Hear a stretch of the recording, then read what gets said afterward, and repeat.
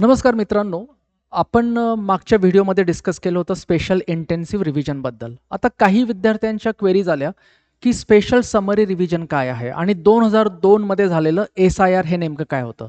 तर त्याला मी तुम्हाला थोडक्यात समजावतो. 2002 मध्ये जे झालं होतं ते होतं स्पेशल इंटेन्सिव्ह रिव्हिजन आणि दरवर्षी जे होतं ते असतं स्पेशल समरी रिव्हिजन, ज्याला आपण एस-एस-आर म्हणतो. आता एस-एस-आर हे दरवर्षी होत असतं आणि एस-एस-आरमध्ये ज्यांना कोणाला काही चेंजेस करायचे असतील, समजा कोणाचं नाव बदललं असेल लग्नानंतर, समजा कोणाची सिटिझनशिप त्यांना 2002 नंतर प्राप्त झाली असेल, तर जे काही हे चेंजेस आहेत हे एस-एस-आरमध्ये दरवर्षी केले जाऊ शकतात. एस-आय-आर जे आहे स्पेशल इंटेन्सिव्ह रिव्हिजन, तर याच्यामध्ये ही पडताळणी केली जाते की जे नागरिक आहेत तर ते खरोखर भारताचे इलिजिबल नागरिक आहेत की नाही आहेत. कोणी समजा फ्रॉड पद्धतीने सिटिझनशिप तर स्वीकारलेली नाही आहे. ह्या सगळ्या गोष्टींना इथे बघितलं जात असतं एस-आय-आरमध्ये. आता एस-आय-आरच्या प्रक्रियेमध्ये तुम्हाला हा जो स्क्रीनवर दिसतोय तसा फॉर्म हा इलेक्शन कमिशन ऑफ इंडियाच्या वेबसाईटवर तुम्हाला अवेलेबल होईल आणि याचे 3 कॉम्पोनंट्स मी तुम्हाला सांगतो.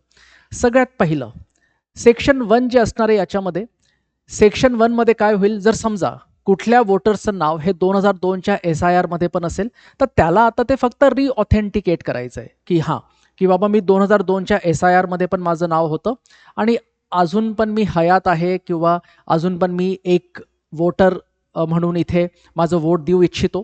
तर त्यांना इथे ही सगळी इन्फॉर्मेशन सेक्शन 1 मध्ये द्यायची असेल, त्याला म्हटलं जाईल सेल्फ मॅपिंग. ठीक आहे. नाव सेक्शन 2 जे याच्यामध्ये असेल, सेक्शन 2 मध्ये काय होईल, सेक्शन 2 मध्ये ते वोटर्स की ज्यांचं 2002च्या एस-आय-आर मध्ये नाव नव्हतं. मग 2002च्या एस-आय-आर मध्ये कोणाचं नाव नसेल, समजा ज्यावेळेस त्यांचं वय म्हणजे 2002 मध्ये जर त्यांचं वय वर्ष 18 पेक्षा कमी असेल तर ते इलिजिबल वोटर्स मानले जाणार नाही. कदाचित काही असे पण नागरिक असू शकतील की ज्यांनी 2002 नंतर भारताचं नागरिकत्व स्वीकारलेलं आहे.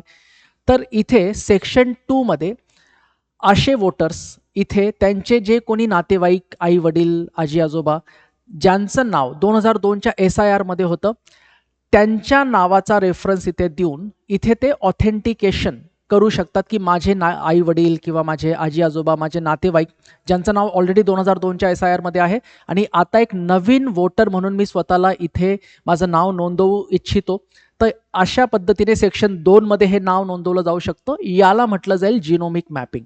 आणि सेक्शन 3 जे इथे असणार आहे, तर सेक्शन 3 मध्ये तुम्हाला तुमची एक जनरल इन्फॉर्मेशन इथे द्यायची असणार आहे. तुमचं नाव, तुमचा ॲड्रेस, तुमची डेट ऑफ बर्थ, तुमचा रजिस्टर्ड फोन नंबर, ह्या सगळ्या गोष्टी ज्या आहे हे इथे सेक्शन 3 मध्ये होणार आहे.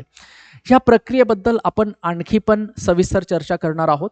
आणि जसं मी तुम्हाला आधी सांगितलं होतं की महाराष्ट्र व्यतिरिक्त अजून 15 राज्यांमध्ये ही एस-आय-आरची प्रक्रिया ही आता राबवण्याची प्रक्रिया सुरू करण्यात आलेली आहे. तर त्यामुळे पुढच्या व्हिडिओमध्ये अजून सुद्धा आपण याच्याबद्दल सविस्तर चर्चा करणार आहोत.